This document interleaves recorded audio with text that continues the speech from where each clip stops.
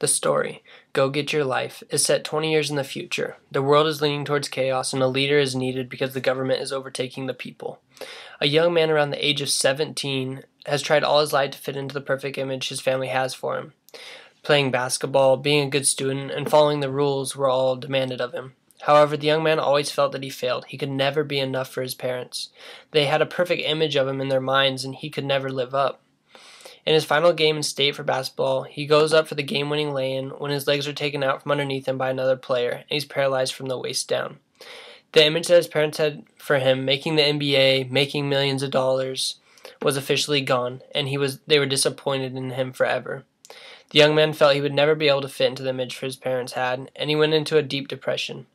At the age of 18, the boy meets a girl who he falls in love with.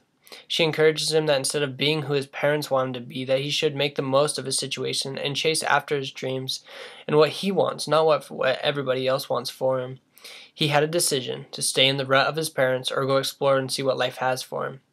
Trusting his instincts, he wanted to see if there was more and experience true happiness for the first time.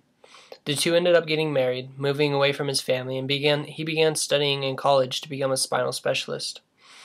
He became happier than ever before. Through everything he had been through, he began motivational speaking through college for people to rise up and not just fit into the box of what the government had, what their families want, but explore outside the walls and get everything life has for them.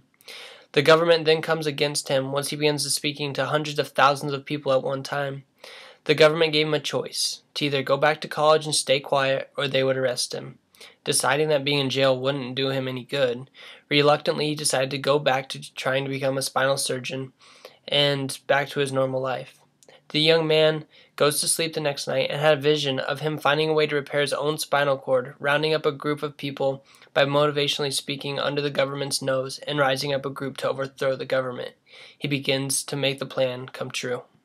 My main character, the young man in the story, really wants to become his own person, to see what life has for him, and not what everybody else wants for his life, but what he can do with the desires that he has. He's forced to decide to choose between his family and his future, and what he wants first.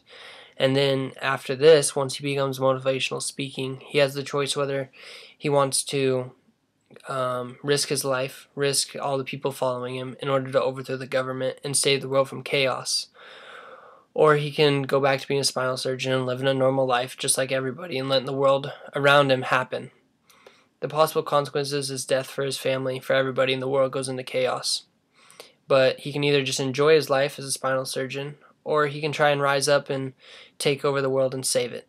And the main takeaway that I have for the audience is just to go see what life has for you, to not worry about what everybody else thinks, to not worry about being judged, but go see what you can do. Go see what life has for you and test the boundaries. See how far you can push yourself and never settle for second best. Never settle for what everybody else thinks, but be the best that you can, and through that, everybody else will become impressed.